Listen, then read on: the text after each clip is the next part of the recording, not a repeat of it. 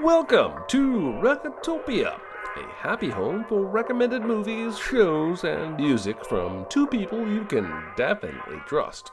Trustability varies by region, no guarantees implied.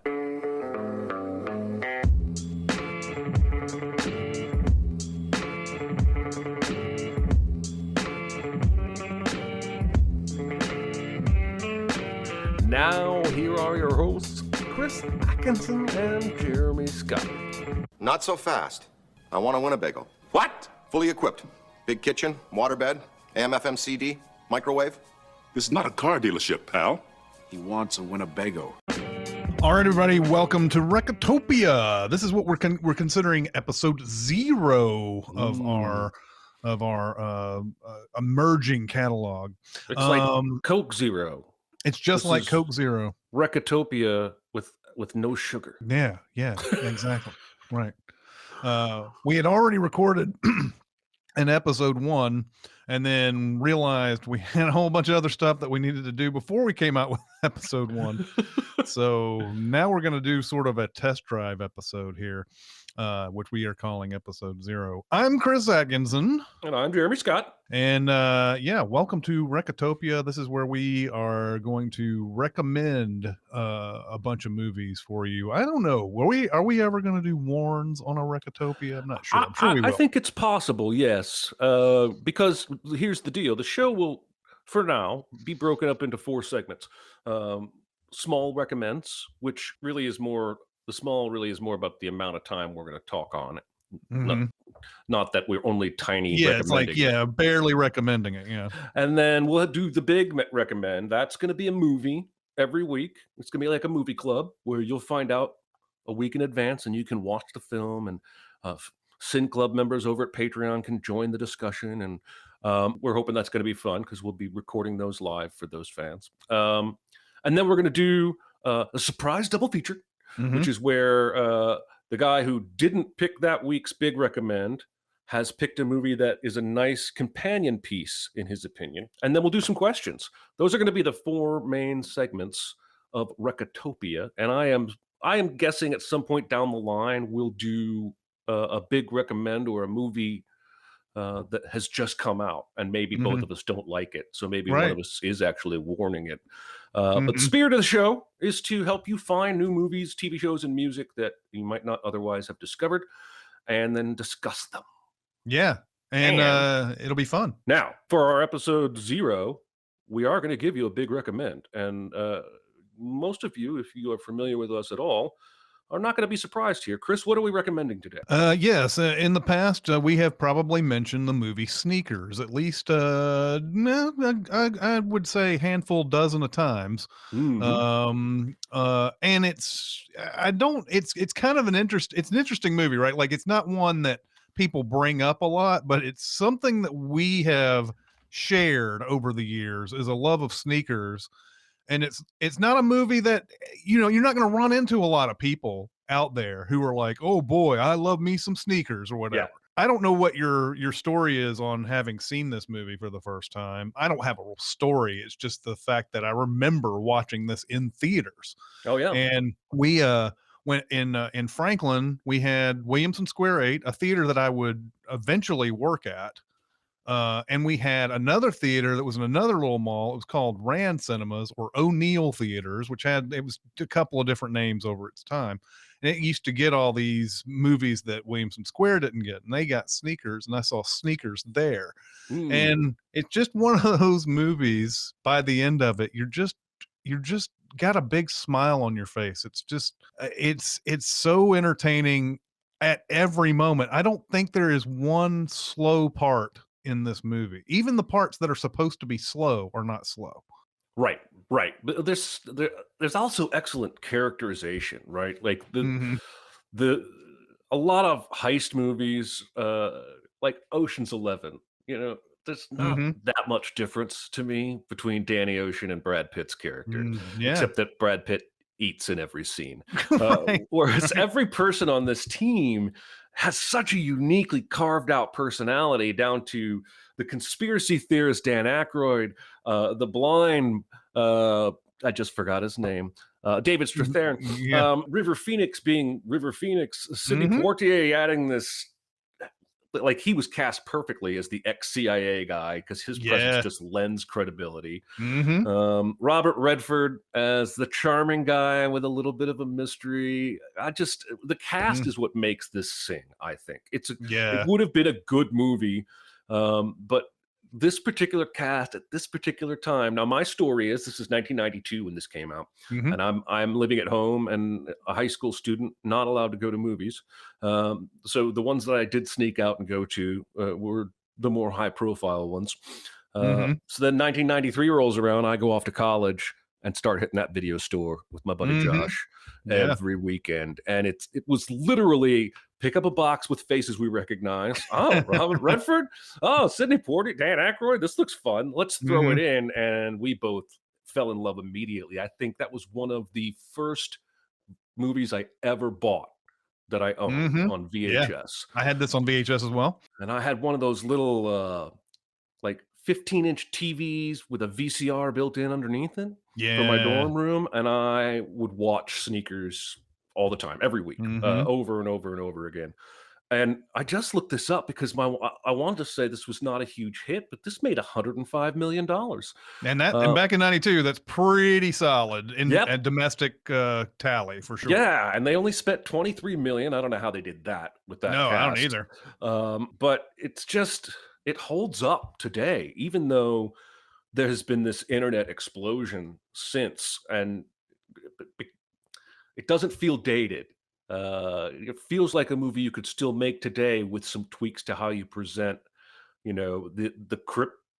the encryption breaker to end all encryption breakers. Yeah, it starts off with we forget how advanced quote unquote hacking is at this point, right? Even Hmm. though computers are not exactly in everybody's, I don't think they're in everybody's lives yet. The internet is still a little ways away.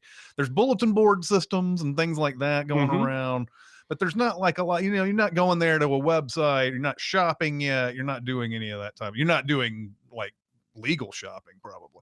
Right. But it's going back into the 70s where they're talking about, they're showing kids that don't, it's the characters that we're going to get to know as Robert Redford and Ben Kingsley later on, Hmm. who are in a dorm, who are hacking like government sites and everything. And Martin Bryce, as he's known as at the time, goes out for pizza, and it's all because he loses this little where's the thing in the hand or whatever, Yeah. like pick the right hand or whatever.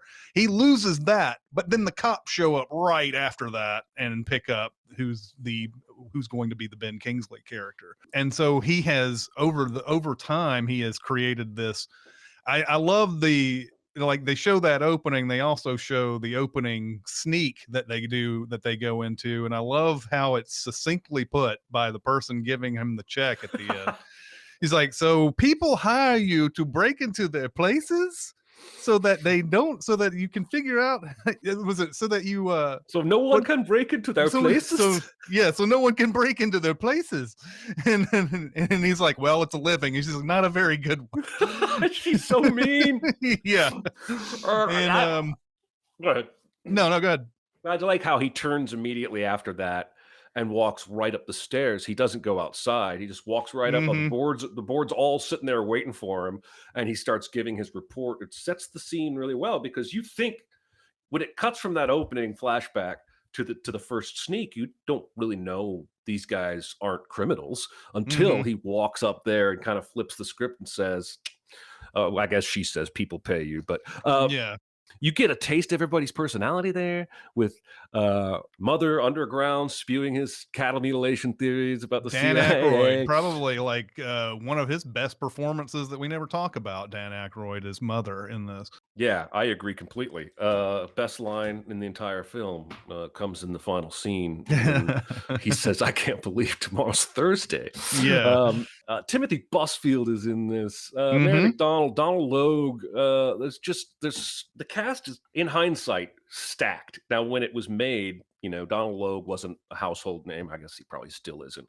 Um, No, but nobody knew him at all at that right. point, is what you're saying. I Yeah. mean, he's an absolute nobody character guy at that point. Yeah. Yeah. Absolutely. So yeah, and man, so the whole thing is centered around trying to find this box that is the key to is decoding all this encryption that has suddenly been put around all the most important sites and everything. And a lot of people, I love the line too, where it was like, so what's the key? And he goes, no, this is the key. Yeah. The thing that he made is what does the thing, So basically, there's a whole bunch of the story surrounds this thing, and there's that scene where they're playing Scrabble. Oh, geez. and going through, you have Whistler there playing with it with River Phoenix, and they're sitting there like trying to figure out what he's just Strathairn is just like touching some sort of braille pad of some sort, and he can feel the sort of when something goes crazy if they hit the right connector on this thing.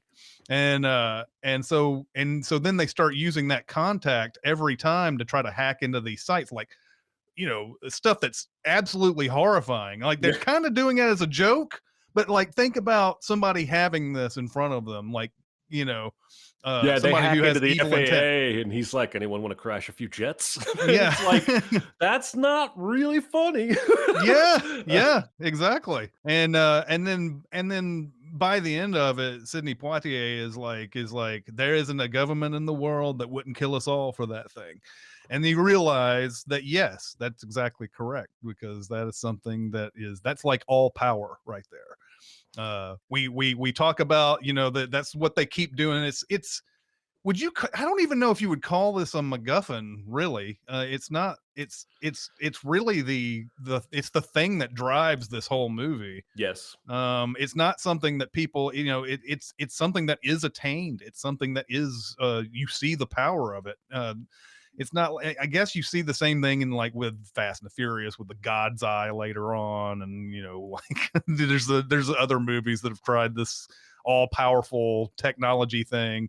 But yeah, you see how great it is, and just how many times they have to solve things using their heads. That is something that is another thing about this movie. Because there's a point where they're trying to figure out what the Donald Logue's box is. Like, it's either they don't know what it is at first. They don't know what it looks like. Nothing, and they're spying on him through a telescope. And basically, like, everything that they do seems to have one character who has some sort of knowledge that helps them break the situation. Because when his girlfriend comes in, Donald Logue's girlfriend comes in while they're spying on them and everything, and she's like, "I left message here on service, but you did not call."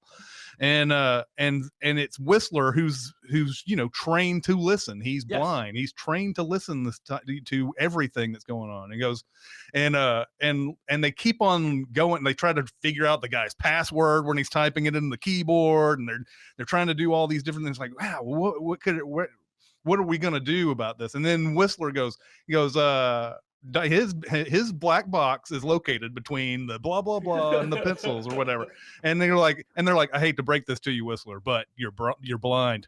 And he goes, "Just listen to it again." And so when she says left a message on the service, she's like, "Well, he's got a service. Why would he need an answering machine?" So there's a whole bunch of stuff like that where they have to talk it out. They have to solve the problem, and that's why I love stuff like this, and I hate stuff where they say, we got to solve all these problems, these puzzles, and then it takes them 5 seconds to come up with a solution, and it works. Or the computer just tells them where to go. Like, the movie's full of problem solving. When Redford's been kidnapped, and once again, Whistler, the blind guy, leads him through. What did you hear? What did it sound like? Were there seams on the road? Okay, it was a bridge. Was there a foghorn last night? No. Yeah. We know which bridge you're on. And then they get to what sounds like a cocktail party. And it's a great portrayal of a blind person that is, like, ages ahead in terms of representation of where Hollywood would. They're still behind, but he's not just an accurately portrayed blind guy. He gets to be the hero like 3 or 4 Yeah. different times. He gets to drive that van at the Yeah. very end in one of the funniest scenes. This movie is way funnier than any heist movie deserves to be, Hmm. and it marries those genres perfectly. There's just in the midst of that action at the end where they're trying to escape this Yeah. evil toy factory. Here's a hilarious scene of a blind guy being told to, okay, count to 5 and then stop. And he runs into the building and goes, I think I'll just stop right here. You have a very gentle slope. Wah! And the other thing about that whole like recreate the scene, like you recreate the trunk thing, is just he goes to that what is it, a synthesizer or keyboard, Yep. with some kind of thing, and he's able to replicate like the seams in the road and the sound of the air whooshing by, and then like all these different little sounds, and it's like ba-dum, ba-dum, Yeah. ba-dum, ba-dum. And then like it goes once they've got it, once they've nailed it, it goes immediately to a car on the bridge driving Making the over same that noise. making that same noise. And the biggest puzzle of all, of course, is them trying to solve how they get into that toy store, that toy factory. They have to there's so many different things they have to worry about in that. They spy on the thing for a long time, trying to figure out who's the last to leave. Ends up being the Stephen Tobolowsky character, who's also in this and great. They have to rig up an online dating thing for him so that Mary McDonald can go out with him, and like get all these different words that you have to use to get inside the office behind the this. It's a little voice recognition keypad type thing, and it's it's a hi, my name is Werner Brandis, and my voice is my passport, verify me. And she's got to get all those words down. And it's like they're like close down a Chinese food restaurant place, trying to get all these words. And not to mention that it just like in later on in Mission Impossible, the office has got it's heat sensitive, and it's got it's got the highest tech security that there is. It's just the whole thing. I mean, I don't know if there's one moment in Sneakers that I'm like, this is I can really do without Yep. this. No, you're absolutely right. Even some of my very favorite movies, like The Matrix, there's a couple of line deliveries that I just kind of cringe at still, and there's Yeah. nothing like that in Sneakers at all. We've got to talk to you about today's sponsor, which is HelloFresh. Mhm. This is a service that I have used and loved for quite a while. HelloFresh basically delivers pre-portioned meals and ingredients to your door. You cook the meals, but they send you everything you need in the exact amount that you need it. This saves you a lot of time in doing prep work in the kitchen. It saves you time in going to the grocery store to shop. It saves you money. One of my most mind-blowing stats that they sent us is that they're 72% cheaper than restaurant meals of the same quality. So if you were to go to a restaurant and eat, seared chicken with avocado, asparagus. Oh God, that should not be a recipe probably. But HelloFresh will give you the same meal of the same quality for 72% cheaper. So there are a lot of things to like about this. I have a very good friend who's lost a lot of weight using HelloFresh. HelloFresh isn't even saying, hey, we'll help you lose weight. They're saying, hey, we'll help you eat healthier, and we'll free up some time that you can use to exercise and do other things in your life and make your entire life. I like personally the variety, because when I shop for myself, when my wife and I are on our own to make meals, we're usually going, all right, are we going to have chicken, pork, or beef?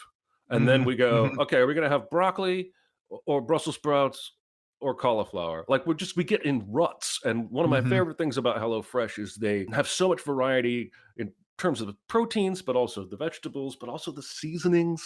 I never really knew what hoisin sauce was until I got into HelloFresh and used it on several recipes. And it has made me a better cook whether I'm following a HelloFresh recipe or just whipping something up on my own. So Mhm. if you are interested in HelloFresh, we've got a whale of a deal. If you go to HelloFresh.com/Recotopia16, that's Recotopia 16, and enter the code Recotopia16, you can get up to 16 free meals and 3 free gifts. Uh, Nice. so go on over there, check that out, type in that code. You'll see what I mean in terms of the variety and the meals and the menus. It's seasonal. A lot of these popular restaurants these days are farm to table. Well, HelloFresh is doing that. What's in season now is what you'll get. And we really love it. So go to HelloFresh.com/Recotopia16 and use the code Recotopia16 for up to 16 free meals and 3 free gifts. HelloFresh, America's #1 meal kit. Can I still, even though we're doing an episode 0, can I still spring a surprise double feature on you? Sure. I even thought of one if you didn't. Oh, good. Well, we can both do it then, since this Mhm. is episode 0.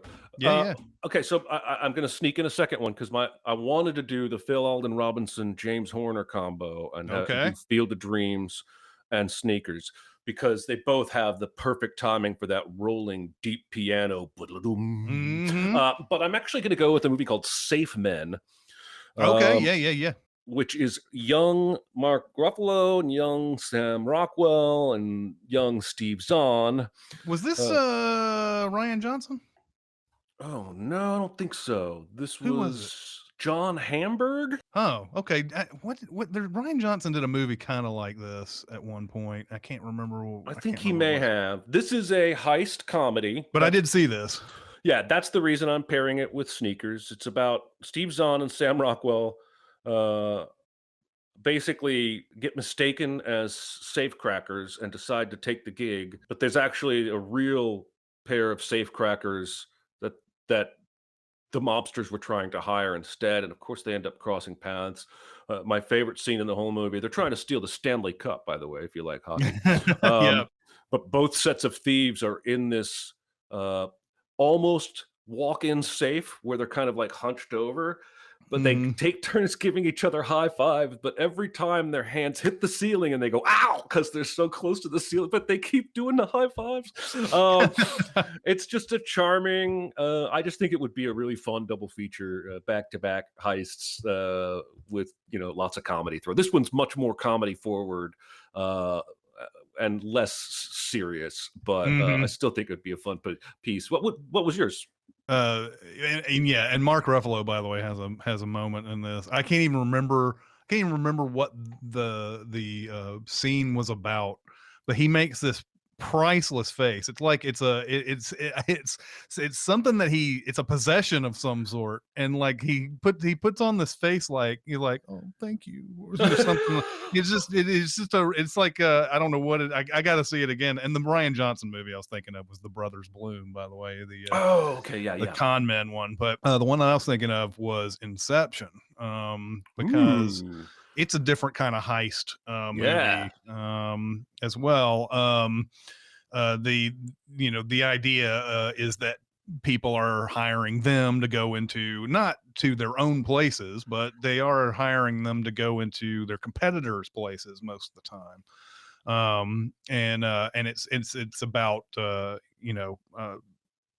giving them ideas, or I guess in the beginning, it's been a while since I've seen Inception. The very first one, they're trying to steal secrets. Yes. That's how they do. And then Inception is sort of a thing they don't think they can do.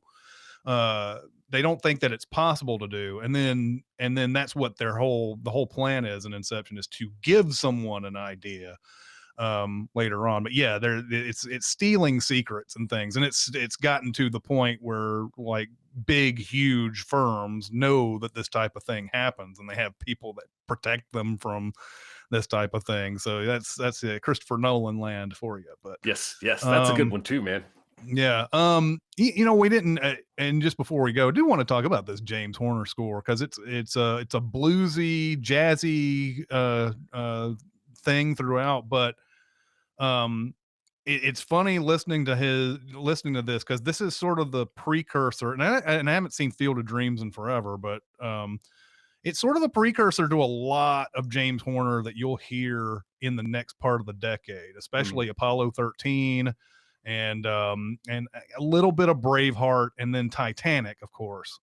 You'll hear a lot of the themes that James Horner sort of uses in sneakers first, and then maybe Field of Dreams has some of this too. I just haven't seen it in forever, but Field of Dreams has some of it. It's much more, a lot more of the piano in Field of Dreams, but like that sneakers, that doodle-doo, I'm pretty sure that's like an oboe or a little bit more obscure woodwind instrument.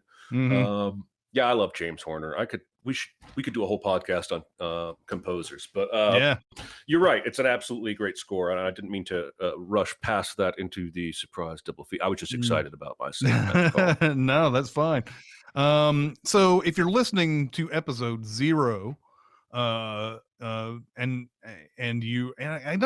guess we're coming out with this, and then episode 1 will come out the following week. Is that how we're doing this? That's correct. So episode 0 into episode 1, the movie that we're going to discuss in episode 1 is The Power of the Dog. And so that's another part of what we're going to be doing on each episode. Is once we're done with that main recommend, and we come up with that double feature that goes along with the main recommend, there's a movie for you to watch. It's homework, guys. If you want to know what we're talking about, watch that movie, and then we will talk about that. And then we have we're gonna have some live chats too. Yeah, once we get to episode 2, we'll be recording that live for our Patreon and SinClub members, and they can watch along if they want to chat in the chat. That's great. We can, this technology in front of us, we can pull certain chat comments onto the screen. We can respond to them. So I'm looking forward to that aspect, because, if you have a chance to watch the movie in the week leading up to the show and you have your own thoughts, then it becomes really more of a community discussion, and not just Chris and I. So watch Power of the Dog. It is on Netflix, and a week from now you can hear us discuss it. But that's going to do it for episode 0 of Recotopia. And I say this in the first episode as well. It's so weird. We're doing episode 0 after episode 1. Yeah. But if you want to come and talk to us about this episode, you can go to our Discord, our Cinemasins Discord, where we have, I do believe we have a Recotopia channel set up at this point. You can come to talk to us there. I'm not going to probably do Facebook anymore for this podcast anyway. And we also still have Cinemasins Twitter, if you would like to go to that and talk about the episode. But hope you enjoy this. I'm certainly having fun so far. Me too. Hope to see you guys next week.